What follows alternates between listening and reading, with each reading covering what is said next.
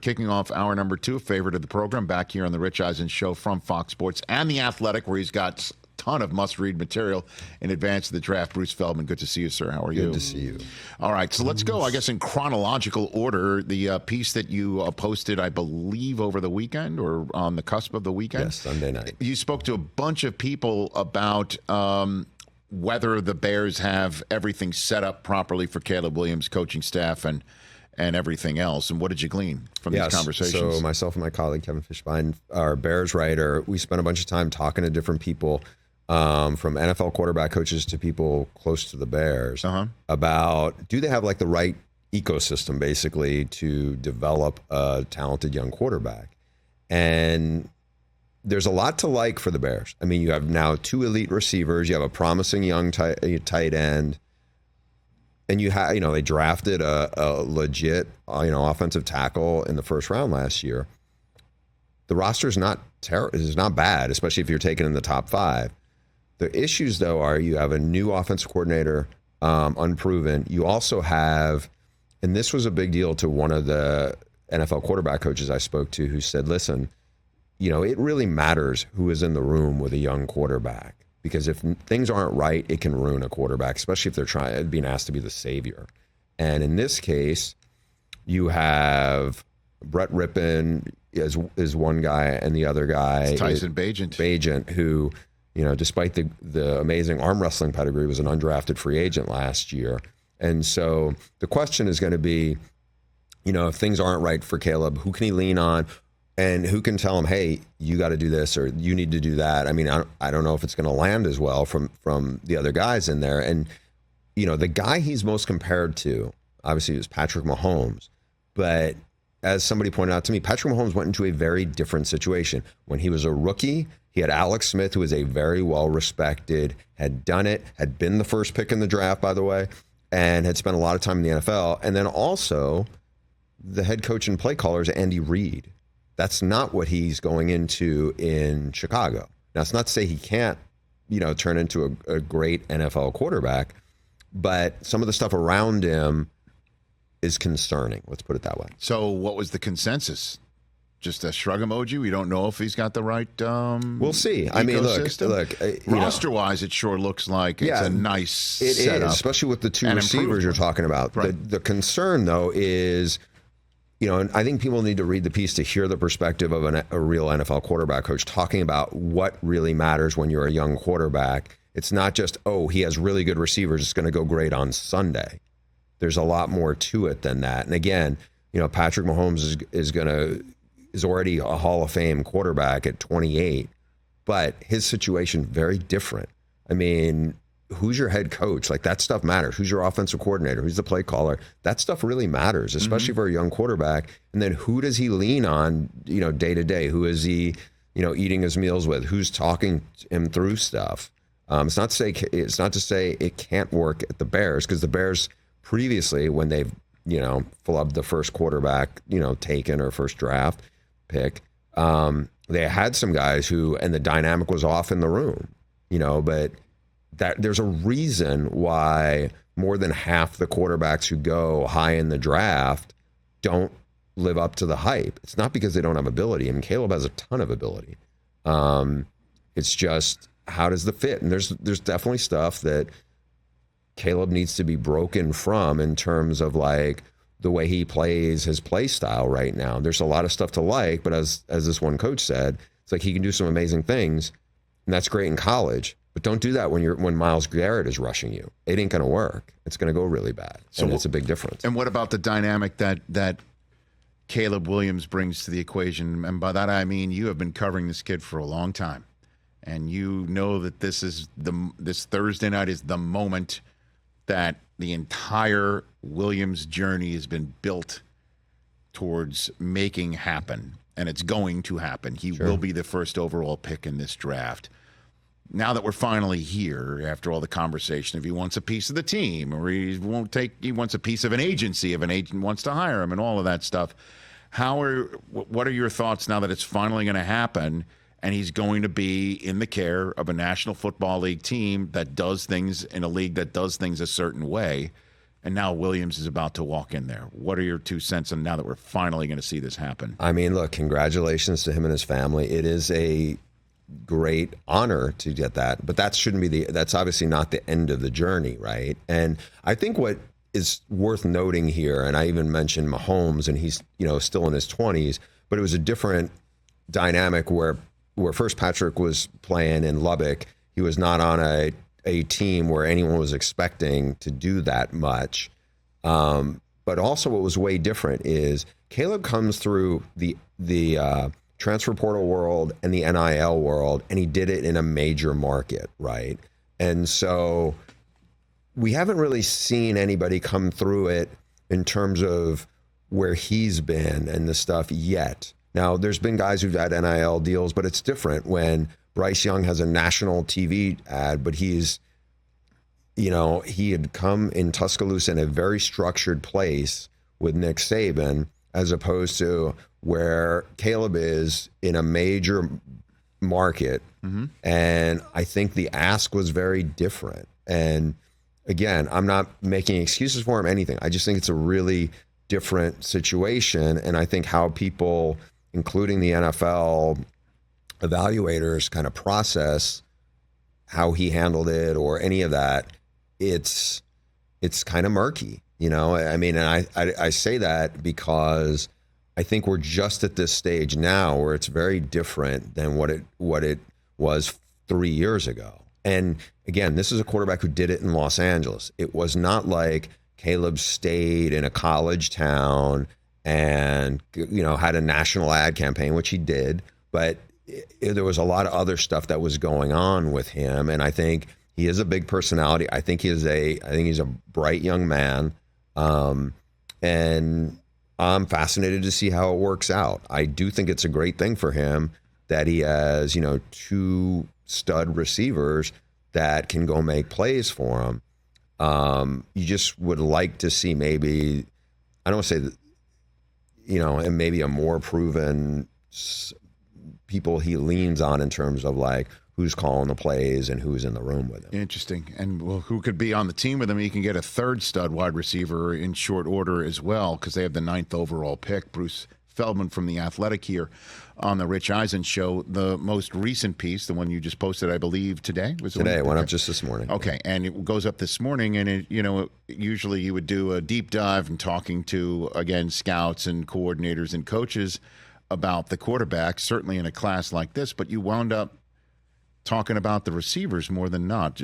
What was this journey like here? Yeah, I thought I was going to lead the whole piece with all the stuff I got on quarterbacks, and that's in there, but the thing that kind of was I went into the draft process thinking, okay, the closest thing to a sure thing, and there are no sure things, as you know, in the draft, I think is Marvin Harrison Jr. He's really well polished. He's a big receiver. He came from a really good system that it keeps cranking out elite receivers, and he's the most complete of all of them. There's nothing not to love about him. And then you come through the combine, and all of a sudden you start hearing a lot of stuff about Roma Dunze and his competitiveness, and he's physically strong, and he tracks the ball as well as anybody. Mm-hmm. And he made a ton of big plays, contested catches, everything. And there's a lot to add into the list. And so when I would start, the first person I talked to on this front was an NFL receivers coach.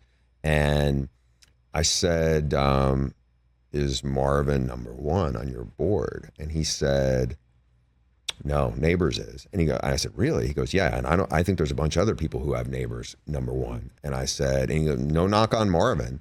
Nabers is different though, just in terms of his explosiveness, how he is with the ball in his hands. There is an edge to him that a lot of people really like. And you start hearing about, like, nobody wants to compare speed with like Tyreek Hill, but there's like an explosiveness that evokes some memories of Tyreek Hill, except this guy's bigger. He's, legit 6 feet, 200 pounds and strong. And so it was interesting to hear the Nabers talk. Not that I didn't think he was a great talent. To me, I think there's 3 receivers who are so much better than what we had in last year's draft. Not a knock on Jackson Smith-Njigba. He went 20th. But there are 3 guys, and maybe even Brian Thomas Jr., the other receiver from LSU, who I think will probably go higher than 20th, but 3 who I feel like are going to be elite receivers, that there's really, people just want these guys in the room. Again, that's not a knock on Marvin, and it's not a knock on Rome. It's just that I think there's a lot of guys who want to coach Malik Nabers because of just what he can do with the ball in his hands. Yeah, and then there's a ton of other. I mean, I'm looking at your mock draft here. You have Adonai Mitchell going to the Bills. I think a lot of people feel that way too. Like as soon as he drops there, you have. Let me do this correctly. You've got 5 wide receivers going in the first round, and then let's do the mock draft here because this is some interesting fodder for conversation. You have the 4 quarterbacks going. So you do think the Vikings make this trade for JJ McCarthy? I think JJ will end up somewhere in the top 5. I don't know if it's one where Jim Harbaugh helps his old quarterback out and shuffles around. I don't know on that, to be honest. You mean trades out of 5 and gets McCarthy? I don't know. Well, I mean, I think they would trade out of 5 if Arizona sticks and picks and gets Marvin Harrison Jr. If they get some sort of a significant offer from Minnesota, or we'll see if it's the Raiders. I don't know. The Broncos may feel differently because they got Zach Wilson, and I'm not. By the way, I'm not joking when I say that. That Zach Wilson is just 3 years removed from being the 2nd overall pick in the draft. And they got him for hardly anything. But I think that if Marvin's not there, they'd say, do we take Odunze? Do we take Malik Nabers? Yeah. Everyone has Joe Alt, sharpied in there, but Joe Alt is he's not a right tackle because they got Rashawn Slater at the left tackle. They're not going to draft Joe Alt and have him switch positions. Yeah, Joe Alt was another one who O-line coaches just can't stop talking about. To be that big, to move that well. I mean, he's a former tight end. You're throw him at right tackle though. You're not going to do. I mean, that's what the Chargers would do. Is that underselling his ability at that point? I mean, I don't know. I don't know if it's like, if you think he's the best fit for your team and you just feel like, okay, we can, because again, now you're talking about Jim Harbaugh and you're talking about a guy who had the best offensive line in the country the last few years. Is that the best value for there? Because obviously he knows what he has in Justin Herbert, but are there other bigger needs there that you can go get in the top 5? Well, top 10? I think if I had the Chargers, if I could plug into their brain, they'd be like, we're staying at 5. And taking Marvin Harrison if he's there. If not, I think we'd like to move. That's the way that their mindset might be going into this draft. But you like McCarthy going 4th overall, huh? That would be something else. People like JJ. I think JJ and Drake May, both the guys I talked to, thought were a little more on the developmental side, especially Drake May. Whereas both kids are really athletic. They're actually 2 quarterbacks in this crop who didn't transfer. Now, in fairness, they're also 21. And in fairness to Drake May, he had a big system change. He went from Phil Longo, who now is the offensive coordinator at Wisconsin, but learned from Mike Leach and as a version of the air raid. And then he had Chip Lindsey came in and ran the offense last year. Very different. The stuff I heard was that the footwork was a little sloppy with Drake May, but that he cleaned a lot of things up and they saw big improvement from him at his pro day. Similar, JJ, I think, JJ doesn't get enough credit, I think, for his athleticism. I think people looked at it and said, oh, he didn't throw that much. You weren't going to see it. I mean, look, there was a handful of games where JJ wasn't even playing much in the 3rd quarter, because they had pretty much said, hey, we're just going to bring our backups in at that point. Mm-hmm. So I feel like JJ has, and maybe now it's pendulum the other way, but I feel like JJ was not getting the respect he probably should have gotten for a while. Again, he's really talented. He throws well on the run. He can extend plays. I just think that, he didn't put up the numbers like a lot of other guys did. Right. Bruce Feldman here on the Rich Eisen Show. You also then, moving down out of your top 10 here, Michael Penix Jr. you have going to the Raiders. What are you hearing about Penix Jr.? I mean, this guy is truly one of the most talked about quarterbacks in a draft that we're all assuming he's quarterback 5. It's kind of crazy, right? He has the best arm talent in this group. So then why isn't he higher? I think there's a little hesitation on him because of the injury history, because he had 4 season-ending injuries. I assume you saw his Players Tribune. I did. Okay, I did. article. Look, I am a big Michael Penix Jr. believer. I've spent a bunch of time with him, probably more time talking to Michael Penix than any of the other guys. He has faced real adversity, come through the other side. Teammates like him, love him. His coaches had a ton of respect for him. He played in an NFL system where he's taken shots downfield, a lot of shots. He didn't take sacks. If people want to knock him and say, oh, well, he didn't, they didn't see how well he moves, I think some of that was because he was playing smart and he had 3 great receivers and he didn't need to do a lot of that, right? And I know this from guys who trained with him for the draft process. I mean, he was a legit 4.50 kind of speed guy. Like, he can really run. They just didn't ask him to do it. You didn't see it. But in terms of, like, I got defensive coordinators I talked to who faced both, Penix and Caleb, and they think Penix has even better arm talent, and Caleb has, a terrific arm. But, he sees it well. He's really bright. If the Raiders get him, and I heard that the Raiders do like him, I think he would be a really good fit for them, and if they get him at 13, like what surprises me is people talk about him like it's a surprise if he's going to go in the first round. I don't get that. I don't get that either. I don't get it at all. That may be the medical. I don't know. How can there be? This was a team, by the way. I just do want to hammer this part home. Please. This was a team that was 4-8 before he transferred in there. They were 4-8, almost all exact same talent. He was the difference, and Kalen DeBoer took over. Now, I'm not going to dismiss Kalen DeBoer. He's a terrific coach, and now he's at Alabama. But they were 4-8, and then they played for the national title game. And yes, he had good receivers, but you know what? And I love Jaden Daniels. Jaden Daniels has 2 first-round receivers, and Jaden Daniels has offensive linemen that will eventually be in the draft and probably go pretty high. Now, they didn't have a good defense, but they weren't anywhere close to a national title team. This guy, did. And by the way, Indiana football has been horrible for a long time. When he was there, they were competitive in the Big Ten, and they finished in the top 15. So, again, I'm a big believer in that kid. I don't get why people, there's something that an NFL scout I know who I have a ton of respect for brought up. He was like, he has like a kind of a violent throwing motion, and worried about how long he will be able to play, in terms of like his body type, maybe it won't hold up.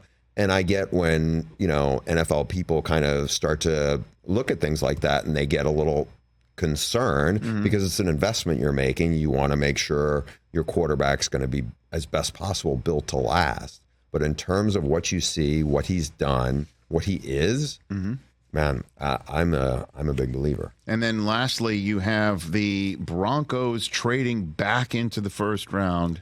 This was done a month ago. I didn't. This mock draft was done a month ago. So this is way Zach Wilson was not. And by the way, that does mean something to go and get Zach Wilson. It does mean that. Yeah. Listen, what it means is it takes the pressure off of not, if you don't come away with a quarterback in this draft, because Denver's got holes to fill. They don't have. Enough draft choices still. They're still digging out, if you will, of the Russell Wilson acquisition. But so what are you hearing about Bo Nix then? Let me open that up. He's another one people are a little split on. I know one NFL quarterback coach who thinks he's one of the 3 best quarterbacks in this, likes what his character is. I love the draft. That he was a guy who had, had to really rely on his legs a lot at Auburn and came through a lot of, a tough situation through the other side. At Oregon, he managed the games well. He's a really smart quarterback and can read coverage and process. I think there's a little bit of concern about just like in terms of the arm, it's of this group. It's probably on the lower end if you put all these quarterbacks of Drake May, of Penix, of Caleb. I mean, I think it's probably he and Jaden Daniels in terms of that are probably closer, except Jaden Daniels, you saw dramatic improvement as a passer in the last 2 years, especially last year. But Penix, Bo Nix, I think, is a guy that it depends on what you're asking him to do. But I feel like he will be a starting NFL quarterback. You just wonder how high is the ceiling with Bruce Feldman still here from The Athletic and also Fox Sports. Let's jump into it, sir. Arch Manning, once again, when he gets out there, has people talking about him. And it's an interesting situation, I would think, certainly with Quinn Ewers coming back. He's going to be there. He's going to be their guy. What is the Arch Manning timetable right now? I think it hasn't changed. I think the only thing I would think might have changed a little, I don't even say that's not fair to say it, but is there's just more fan excitement about Arch Manning because now they've seen it as opposed to just heard about, oh, he was a 5-star and he's the next Manning. Everything it sounds like his development is coming along really, really well. I don't think, again, we talked about this a few months ago. We did. When Ewers announced he was staying and I was just like, well, Ewers, I don't think was going to be a first-round pick. I'm not surprised he was staying. And I don't think this is a quarterback battle. Like, they're not going to, if Ewers, shameless self-promotion, I'm excited. Our Fox Big Noon crew is going to have Texas going to your beloved alma mater, yeah, Michigan. I think it's amazing out that night. They already announced it. Wait. Now, and the Michigan Wolverines, the one thing I know they're really going to have is a really nasty D-line. They will be really good up front. Somehow, and again, this is a good Texas offensive line, really good Texas offensive line. If they get after Ewers and pull what I think a lot of people will look at as an upset, given all that Michigan had, does Steve Sarkisian go, oh, maybe I make I just don't think that's going to happen. I think the one way Arch gets in there this coming year, is if there's a quarterback injury. And look, Ewers missed time each of the last 2 seasons. Malik Murphy had to come in and start last year. I think that's what it is. Again, what you're looking at right now, I think, is a really good quarterback room for Texas. You have a proven starter who they keep working with, who's going into last year, learned to become more of a leader, and that was something that, I think he's grown a lot. And you have a really promising young player who's really smart and very athletic and is blossomed more as a passer. I think it's a great situation for Sark, and I think it's a great situation for Arch because he doesn't need to be thrown out there. He's still a young quarterback. I mean, it's a big jump from where he played in high school to now you're in the SEC. So he'll probably play a bunch this year in 2024, and then he'll be the guy next year, I suspect. We don't know how everything's going to play out this year, but I think he'll play a lot this year, and he'll keep developing, and that's a good situation for, I think, everybody in Texas. Well, I mean, let's take this a few steps at a time here, because what normally adds pressure to the cooker? One is if the kid demands playing time. That doesn't sound like that. I don't think Arch Manning is doing that. Exactly right. Or the famous family pressures behind the scenes for playing time. That doesn't appear to be the case. That doesn't sound like their MO, even though some people would be, well, didn't Archie once upon a time force where Eli wound up getting drafted? I think that's different, though. That's a drafted thing. Like again, and I don't know Cooper. I barely know Cooper Manning, but I think they helped place him here in this situation, knowing that Ewers might stick around one more year. No, they were like I think realistically, look, I definitely think there's some things that people around that program are like, oh, I kind of like this more about Arch than maybe I like about Ewers. Ewers has started for 2 years, and he, by the way, they almost made it to the national title game last year. Correct. It's not like he can't play. No, I know he has that. a good arm, everything. So that's part of the intrigue here. And again, this is potentially a completely moot point, but this is a very famous family with a very, very hyped young man, not of his own doing. He's just living his life. Okay. Yeah. And everything I've heard is he's a really bright young quarterback who's very athletic. Who looked terrific in the spring game. It is, yes, but it is a spring game. Let's pump the brakes on the spring game. I know that, but that's part of the conversation is how much playing time will he get? How much playing time would he want? How much playing time was expected for him to have gotten by this point in time? And if any of those timelines have been altered, what does that mean? You're basically saying nothing.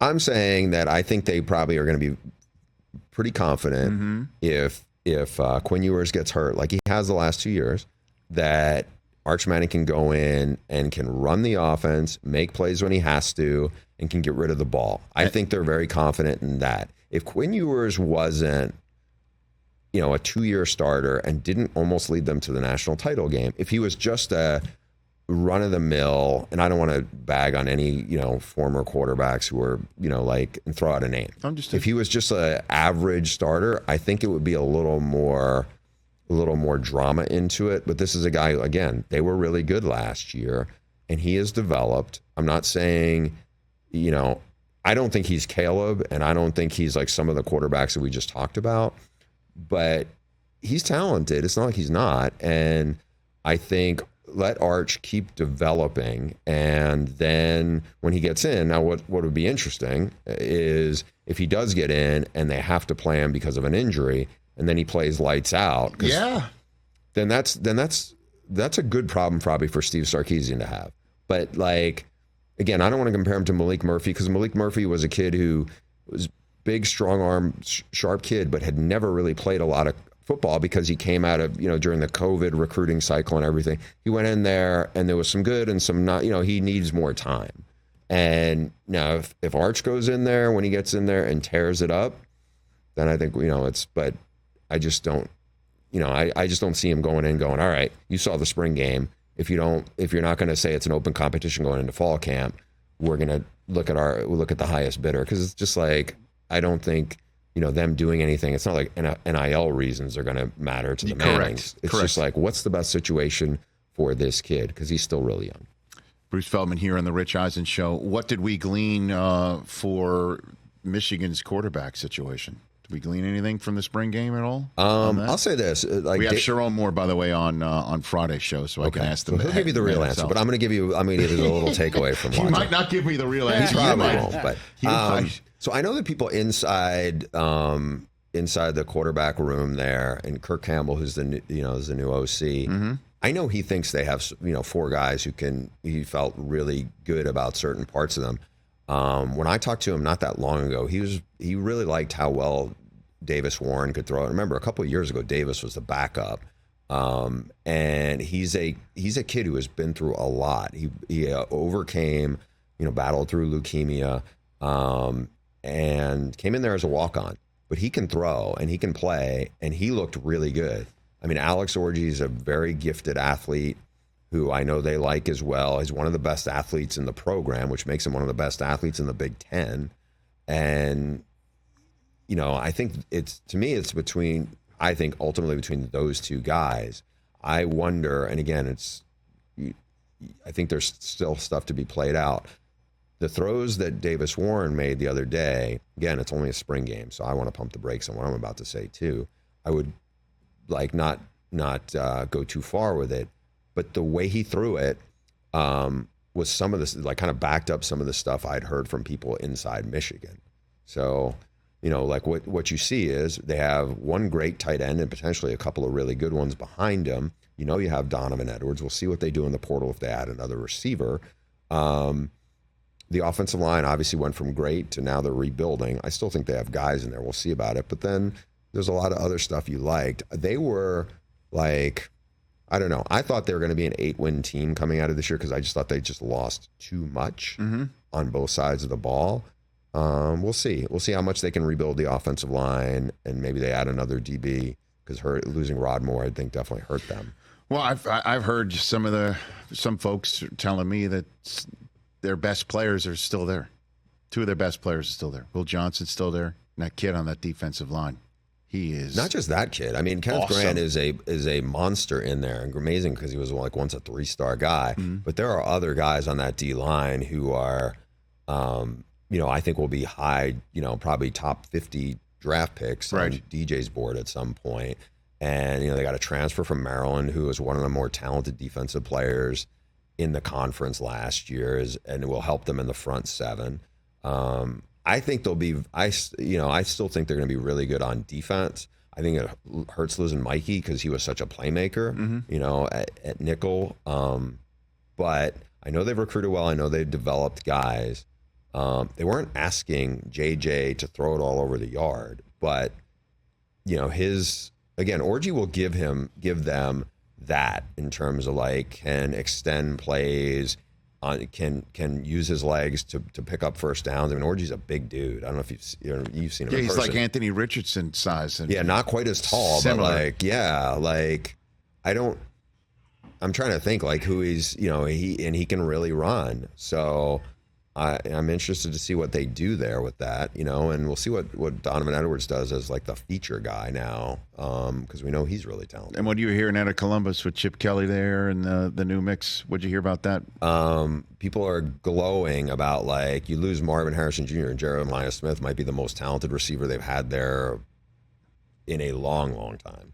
Right. So the receiving core is loaded. Is that the kid who made that one-handed catch? That is the kid from Florida who Florida produces receivers unlike pretty much any place in the country. And if this guy's the best one, that should tell you. People, he's at almost 220 pounds now, can really run, great ball skills. The quarterback room will be interesting there because you have Will Howard, who has played a lot at K-State and actually led K-State to the Big 12 title 2 years ago. You have Devin Brown, who they all think is talented, just hasn't played much. Mm-hmm. And Julian Sain, especially from, he was a big-time recruit who transferred from Alabama there. Those are pieces to work with. The defense, I think, will be really good. They, to me, are the favorite in the Big Ten. I think it's them and then Oregon on top of it. The question is, how good can the quarterback play be? As good as the rest of the team is, you have two superstar kind of talented running backs. Ohio State had C.J. Stroud, and they came close to winning a national title. Obviously didn't beat Michigan, but they came close to beating Georgia. Right. I don't know if they, I don't see C.J. Stroud there right now in terms of we know how good he is. I mean, I don't know. They may be good enough every place else, especially on defense, where they don't need Will Howard or Devin Brown to be a Heisman contender to win the national title. Thanks for coming on here, sir. Thanks for having me. Really appreciate it. Nice, fun spot right here with Bruce Feldman. And we'll have you back on after the draft and get everyone ready for college football season. Yeah, it's right around the corner. Are you going to be on this Texas game? Are you coming to watch it? I doubt it. I mean, it's during Great plan, Bruce. We're going to take the show on the road. Is that what we're going to do? I'm announcing it right now. I would love it. Trust me. I know would a absolutely great love Michigan defensive back who you could probably get on the show. I know a kick returner, wide receiver you could get on the show. Okay, understood. Quarterback, maybe. Might have I accidentally understand. slipped up some profanity the last time there was a big Michigan game on the pregame. It's all good. It's all good. I would love to be there, obviously, but that's during the NFL. So I got to follow Jim now. Every Who single knows? Tom Sunday. Brady may even be on the. Oh, He's a Fox guy now. Look at this guy just no, dropping there's names. no reports of that. I shouldn't have. Spotting dimes, dropping names. No, Let me that's not been just told. tweet that out. No, I'm just Breaking saying, maybe news. they'll FaceTime. No, he's just getting ready for the roast. That's all. Thanks for the spot and your friendship. Thanks again, brother. Catch the Rich Eisen Show every single day on the Roku channel, 12 to 3 Eastern, for free.